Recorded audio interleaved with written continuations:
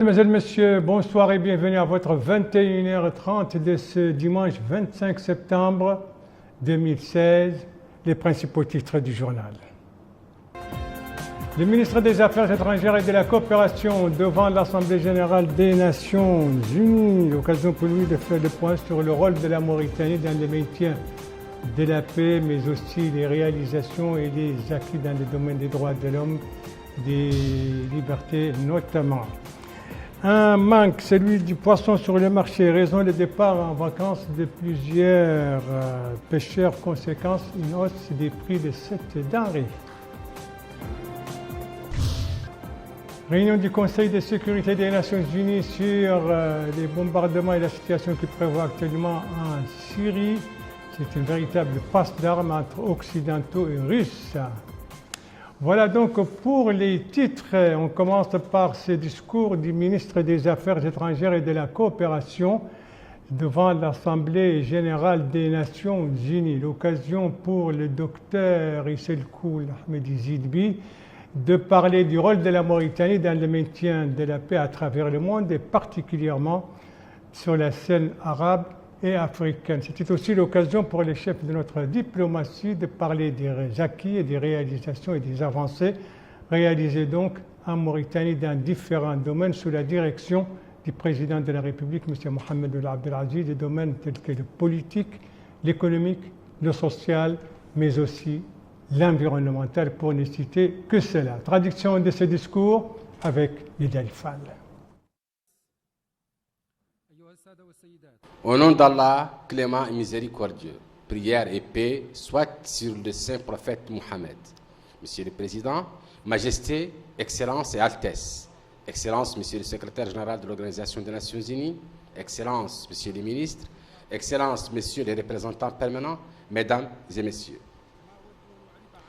Permettez-moi tout d'abord d'exprimer au nom du gouvernement de la République islamique de Mauritanie mes sincères félicitations à vous-même et à votre pays ami, la République de Fidji, à l'occasion de votre élection à la présidence de la 71e session de l'Assemblée générale des Nations unies.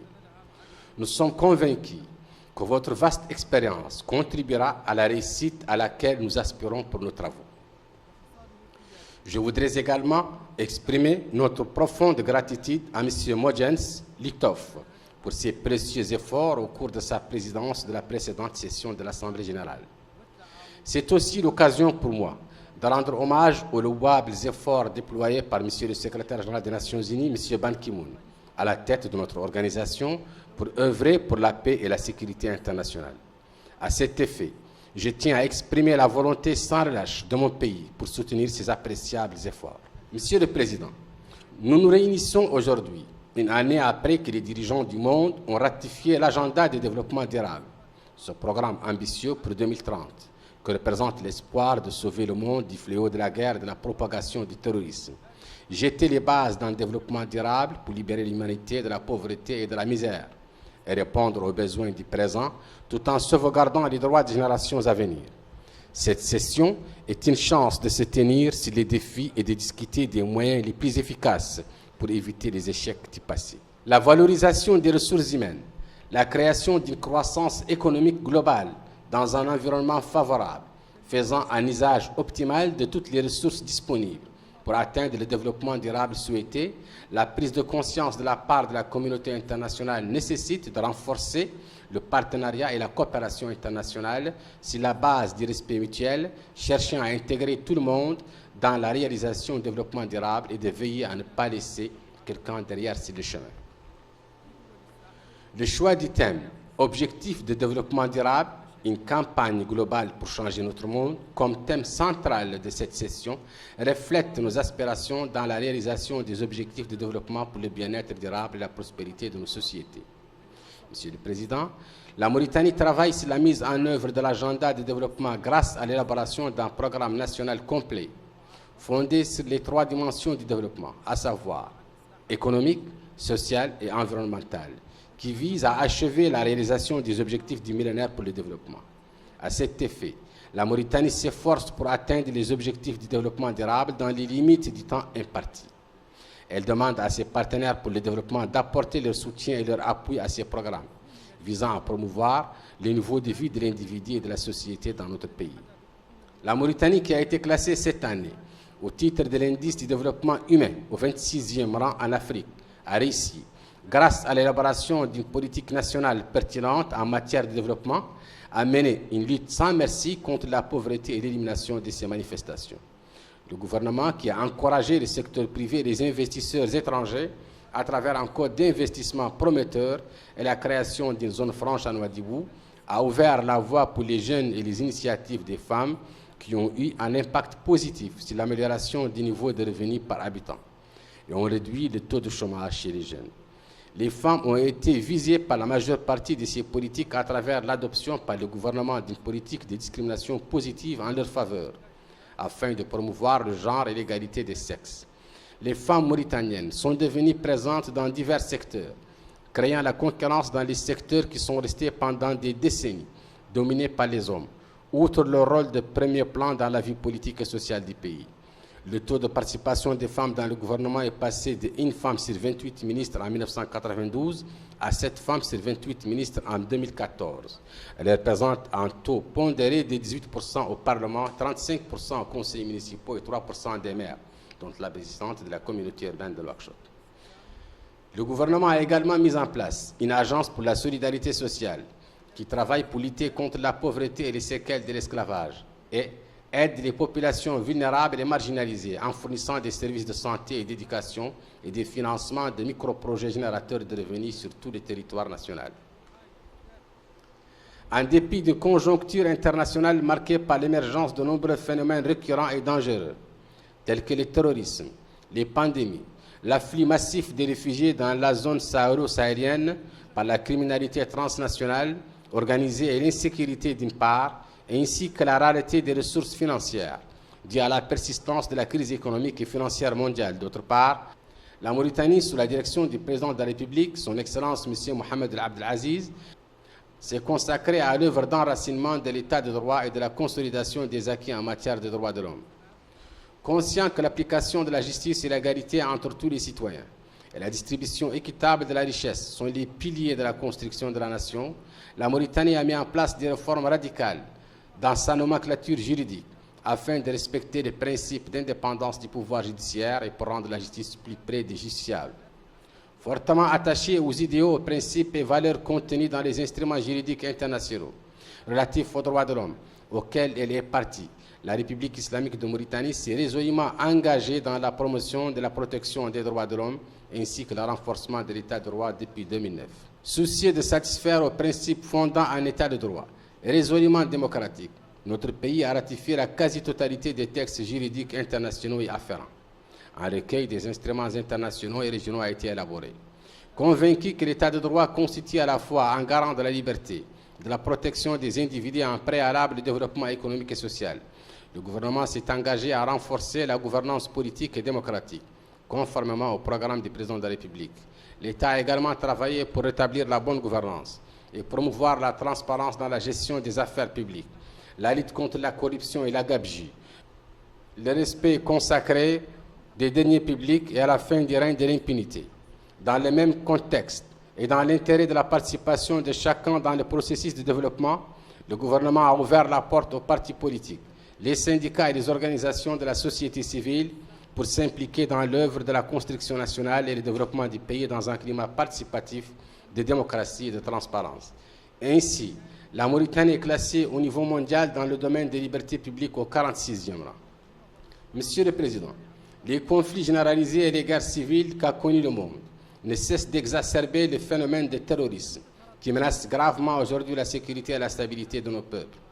La région du Sahel a connu des risques graves causés par la répercussion de l'insécurité et la propagation du phénomène de terrorisme, la violence et l'extrémisme dans la région, l'extension des réseaux et des opérations de trafic de drogue et de contrebande d'armes, de traite des êtres humains à travers les vagues de l'immigration clandestine, la prise d'otages et le crime organisé.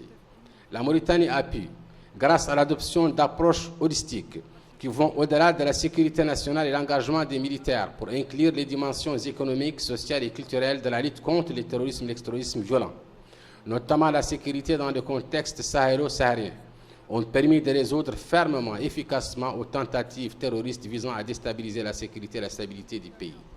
Dans le même contexte, le rôle africain de la Mauritanie s'est confirmé au niveau continental en Afrique à travers sa participation croissante au maintien de la paix régionale, de même qu'au niveau régional et dans la région du Sahel. Les 5 pays du groupe G5 Sahel, initiés par la Mauritanie, ont réussi à l'élaboration de programmes et de plans de développement qui tiennent compte des besoins et des aspirations des peuples de la région dans la réalisation du développement durable et l'instauration de la sécurité, à travers la propagation de la culture de la paix et le travail pour l'élimination de toutes les manifestations de la violence, l'extrémisme violent et le terrorisme qui gangrènent la région. Les pays du groupe G5 Sahel s'attendent à ce que la communauté internationale prenne conscience de l'importance des projets de développement entrepris par ces États au service de la paix et de la sécurité internationale, afin de contribuer à la réalisation d'une prospérité économique et sociale dans la région du Sahel, qui est considérée comme l'une des régions du monde les plus pauvres et les plus fragiles. À cet égard, nous apprécions toutes les initiatives régionales et internationales pour soutenir nos pays dans la réalisation de l'œuvre de développement durable, en particulier la stratégie intégrée des Nations Unies pour la région du Sahel. Monsieur le Président, convaincu que le maintien de la sécurité et de la stabilité à travers le monde est la responsabilité de chacun, la Mauritanie a pris l'initiative de répondre à l'appel du devoir et a participé par des unités de son armée en Côte d'Ivoire et en République de Centrafrique dans un effort pour contribuer à l'établissement de la sécurité et de la stabilité dans ces 2 pays frères. Nous réitérons à partir de cette honorable tribune la disponibilité permanente de la Mauritanie à contribuer à soutenir les efforts des Nations Unies pour préserver la paix et la sécurité internationale. Monsieur le Président, le rôle arabe de la Mauritanie a été reconforté par la tenue du 27e sommet de la Ligue des États arabes à Nouakchott au mois de juillet dernier. À cet effet, la Mauritanie se réjouit pour une résolution rapide du dossier yéménite et exprime son maintien au processus de rétablissement de l'espoir et pour les efforts déployés par la coalition arabe dirigée par l'Arabie saoudite afin de rétablir la légitimité du Yémen, représenté par le président M. Abd Rabou Mansour Hadi et son gouvernement, et de continuer à travailler pour les négociations de paix sortent avec des résultats positifs sur la base de la résolution 2216 du Conseil de sécurité et des autres résolutions pertinentes et afférentes. La Mauritanie souligne également la nécessité de se conformer à l'initiative des pays du Golfe et de ses mécanismes exécutifs ainsi que les États de la conférence du dialogue national et recommande la bonne collaboration avec les efforts de l'envoyé spécial du secrétaire général des Nations Unies. Concernant la question de la Libye, nous espérons que nos frères en Libye arriveront à résoudre le problème à travers un compromis rapide pour mettre fin à ce conflit fracticide et à accorder la confiance au gouvernement d'unité nationale afin de pouvoir aller dans le processus de construction de l'État et la restauration de ses institutions. Nous espérons aussi que nos frères en Syrie parviennent à une solution politique préservant l'unité de la Syrie et sauvegardant son indépendance et la dignité de son peuple, selon la déclaration de Genève du 30 juin 2012 et la déclaration de la communauté internationale au sujet de la Syrie, ainsi que les résolutions du Conseil de sécurité pertinentes en la matière. Dans le même contexte, nous soutenons les efforts de l'Irak frère pour préserver son unité et son intégrité territoriale. Nous saluons aussi les progrès accomplis au niveau de la réconciliation nationale en Somalie et la reconstruction des institutions de l'État. Nous exprimons notre solidarité avec la République du Soudan frère pour leurs efforts afin de promouvoir la paix et le développement ainsi que la sauvegarde de la souveraineté nationale. Monsieur le Président, la Mauritanie réaffirme une fois de plus son soutien absolu au peuple palestinien, frère dans ses efforts pour recouvrer ses droits légitimes, inaliénables et pour établir un État indépendant sur ses frontières reconnues du 4 juin 1967 avec sa capitale à Jérusalem-Est. Nous dénonçons le blocus profondément injuste sur la bande de Gaza et à juste titre nous condamnons la politique israélienne de colonisation qui constitue une violation de la légitimité et du droit international. Nous soulignons également la nécessité de reprendre les négociations afin de parvenir à une solution rapide et définitive. Nous nous félicitons des récents efforts égyptiens pour faire avancer le processus de paix et d'initiative française de réorganiser une conférence internationale de paix avec comme prélude l'arrêt immédiat de toutes les activités de colonisation israélienne sur les territoires de la Palestine occupée. Monsieur le Président, la réalisation des objectifs de développement durable à triple dimension doit prendre en compte la spécificité de chaque pays. Les solutions importées ayant connu un certain succès dans certaines régions du monde ne sont pas nécessairement des solutions appropriées aux problèmes dans d'autres pays. Chaque pays a ses propres spécificités. en fonction de son développement historique, ses potentialités en ressources naturelles et ses choix de programmes sociaux, économiques et politiques. Monsieur le Président, les changements climatiques constituent un obstacle majeur, entravent le processus de développement durable dans des pays en voie de développement. En particulier, le phénomène de la désertification sape les efforts de développement et menace la croissance de la sécurité alimentaire des peuples. Afin de remédier à ces phénomènes, la Mauritanie a procédé à l'adoption de politiques environnementales efficaces qui ont permis de réagir à la désertification et de réduire l'ensablement marqué par un impact positif sur l'augmentation de la production agricole et l'amélioration de la sécurité alimentaire au profit de la population du pays. Dans ce contexte, la Mauritanie se félicite de l'accord historique conclu à Paris sur le changement climatique et espère que les États concernés remplissent leurs obligations dans ce domaine. La Mauritanie cherche également à développer un nouveau programme urbain, suivant une approche globale, ambitieuse et cohérente qui s'intègre étroitement avec l'agenda 2030 pour le développement durable. En effet, la modernisation des villes et leur capacité à répondre aux exigences de la vie civile et le respect de l'intégration sociale et les diverses caractéristiques démographiques constituent une condition essentielle dans le développement des peuples et leur progrès. Nous espérons que la 3e conférence des Nations Unies sur les agglomérations humaines prévue à Kyoto, en Équateur, le mois prochain, soit couronnée de succès et réussira à refléter les aspirations des peuples du monde pour contribuer à la construction d'une vision de reconstruction intégrant les exigences architecturales et urbaines pour atteindre un équilibre ultime entre les régions rurales et urbaines à travers le monde. La réforme du système des Nations Unies et l'adaptation de ces mécanismes est devenue un besoin urgent pour être en mesure de jouer au mieux son rôle, en particulier la réforme du Conseil de sécurité, comme étant le mécanisme le plus important qui est responsable de la restauration de la paix et de la sécurité internationale. À cet égard, nous nous félicitons et nous appuyons les positions africaines et arabes exprimées au sujet de la question de la réforme du Conseil de sécurité. Monsieur le Président, il ne fait aucun doute que l'établissement de la justice et l'égalité, la propagation de la culture de la paix et des valeurs de la tolérance entre les peuples, le rejet des tentations de division et de conflits, la renonciation au terrorisme, à l'extrémisme et à la violence constituent les voies les plus sûres et les plus efficaces pour parvenir à un développement durable et à assurer la sécurité et la paix dans le monde. En République islamique de Mauritanie, nous avons toujours rejeté et rejetons le terrorisme sous toutes ses formes. Nous appelons à jeter les passerelles de communication et de travail en commun dans le cadre du respect des spécificités de chaque pays et de sa souveraineté nationale. Enfin, je ne peux que réitérer l'adhésion permanente de la Mauritanie au système international et multilatéral et aux principes fondamentaux des Nations Unies pour créer un monde où règne la sécurité et la stabilité, afin que ses habitants vivent dans le bien-être de la paix. Merci encore une fois pour votre attention. Le ministre des Affaires étrangères devant la 71e Assemblée générale des Nations Unies à New York. Retour à Nouakchott, précisément à sa plage des pêcheurs, une plage, vous le constatez en ce moment, qui connaît une réduction des activités. Raison, l'absence de plusieurs pêcheurs en raison des vacances. Conséquence aussi, le manque de poissons et l'augmentation du prix de cette denrée très prisée par les Nouakchottois et Nouakchottoises. Une activité donc réduite sur le marché du poisson, comme l'a constaté Abdoul Ademba. La plage des pêcheurs de la capitale est le point de ralliement des personnes à la recherche du précieux poisson qui se fait de plus en plus désiré en cette période. Le problème d'approvisionnement que connaît le marché actuellement est dû à un certain nombre de facteurs. À la plage, on constate des va-et-vient intermittents de quelques pirogues, ce qui contraste avec l'ambiance habituelle sur place. Après la fête de l'Aïd el-Kébir, le marché peine à retrouver son ambiance habituelle, caractérisée d'habitude par des déplacements incessants de pirogues au niveau de ce lieu qui grouille de monde. La plupart des pêcheurs partis passer la fête en famille ne sont pas encore revenus. D'où la conséquence liée à ce problème d'approvisionnement de ce produit, à savoir la hausse du coût. Ce vendeur nous confie que les pêcheurs sont en vacances et que la plupart des Nouakchottois sont hors de la capitale. D'habitude, dit-il, avec l'hivernage, le prix du poisson augmente.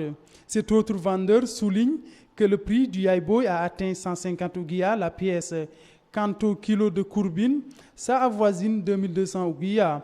Par ailleurs, indique-t-il, certaines variétés de ce produit ne sont pas disponibles sur le marché.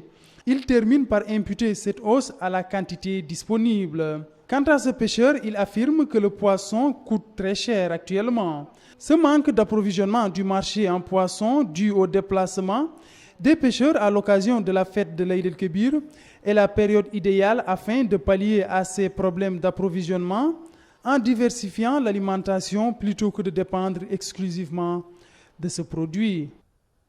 Voilà pour les poissons. Certains citoyens vivent donc, gagnent leur vie à travers la pêche, d'autres à travers l'élevage des voitures. Et c'est d'ailleurs un métier qui attire de plus en plus de jeunes, comme l'a constaté Rabia Deida à travers les rues de Nouakchott.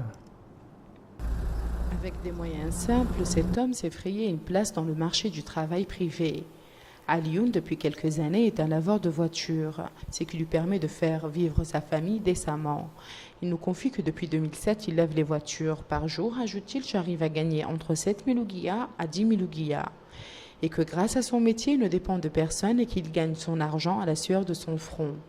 Beaucoup de jeunes sont comme Alioune, qui n'a pas eu la chance d'avoir accès à l'éducation. Ce laveur de voiture nous confie que depuis une année, il travaille comme laveur de voiture et qu'il arrive à s'en sortir. Quant à celui-ci, il affirme que son travail est un travail noble qui lui permet de manger et de vivre décemment. J'arrive chaque année pendant la période d'hivernage dans la capitale et je travaille comme laveur de voiture, affirme cet homme. Il ajoute qu'il demande à l'État de leur laisser un lieu consacré à leur métier sans qu'ils aient à avoir de tracasseries. Avec beaucoup de sérieux, ces hommes s'adonnent à leur travail, qui est un travail physique qui leur permet de vivre sans dépendre d'une tierce personne.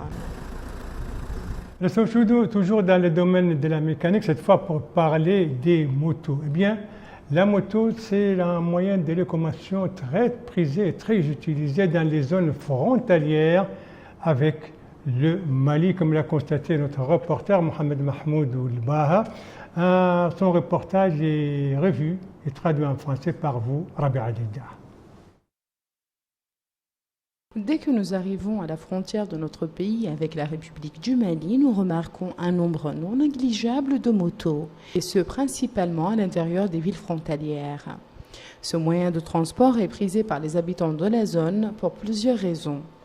Cet homme nous confie que depuis 4 ans, il utilise la moto comme moyen de transport. Il ajoute qu'il l'utilise pour des trajets de 64 km pour aller en brousse. Quant à cet homme, il affirme qu'il peut se déplacer rapidement pour transporter des malades en brousse vers des hôpitaux.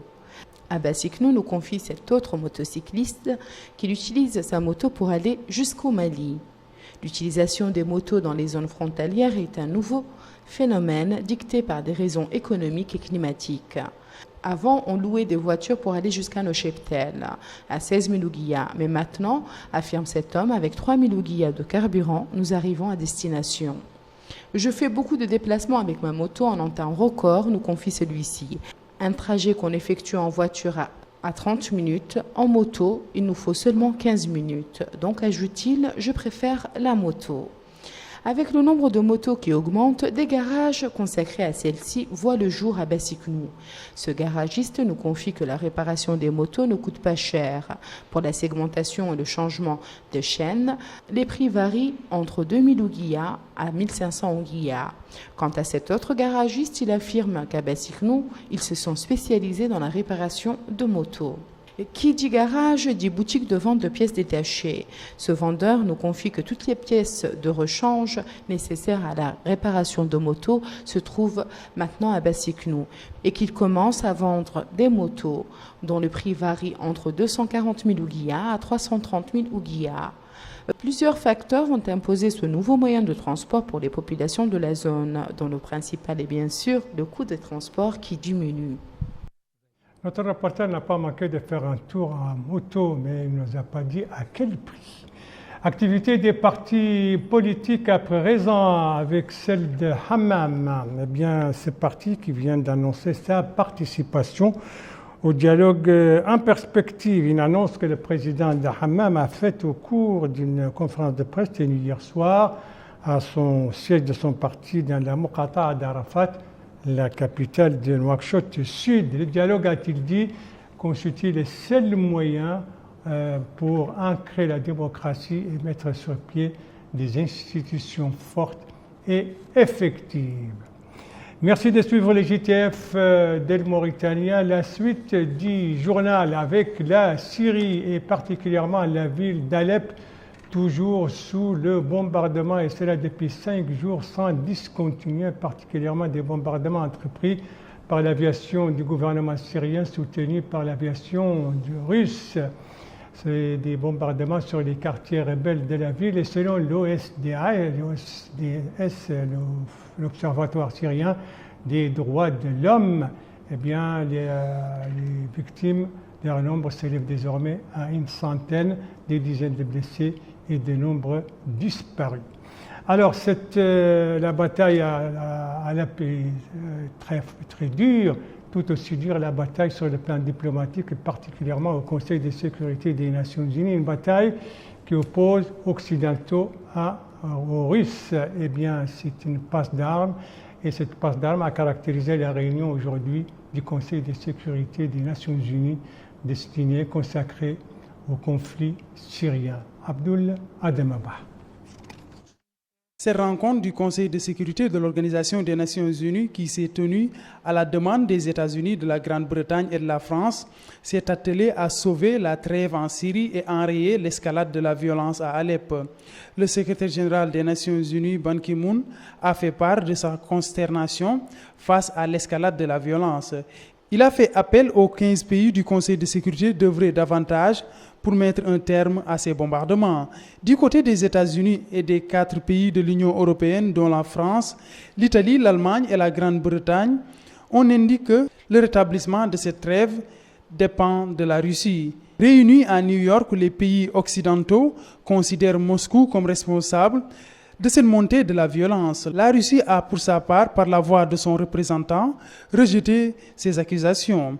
Cette trêve négociée par les différentes parties impliquées dans ce conflit n'a tenu qu'une semaine et les efforts diplomatiques en vue de la rétablir ont échoué jusque-là.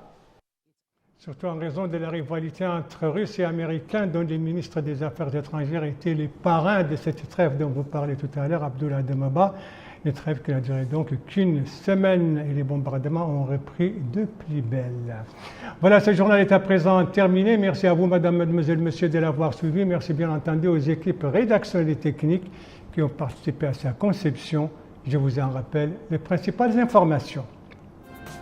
Ici, c'est le ministre des Affaires étrangères devant l'Assemblée générale des Nations Unies, l'occasion pour lui de parler du rôle de la Mauritanie dans le maintien de la paix à travers le monde, particulièrement sur la scène arabe et africaine, et de parler des acquis et des avancées de la Mauritanie dans différents domaines, politiques, économiques, sociaux ou encore environnementaux. Ici, c'est le marché des poissons qui connaît une activité réduite en raison de l'absence de certains pêcheurs, d'où la hausse des prix de cette denrée. Et ici, c'est la réunion du Conseil de sécurité tenue aujourd'hui consacrée au conflit syrien, caractérisé de cette réunion par une nouvelle passe d'armes entre occidentaux et russes.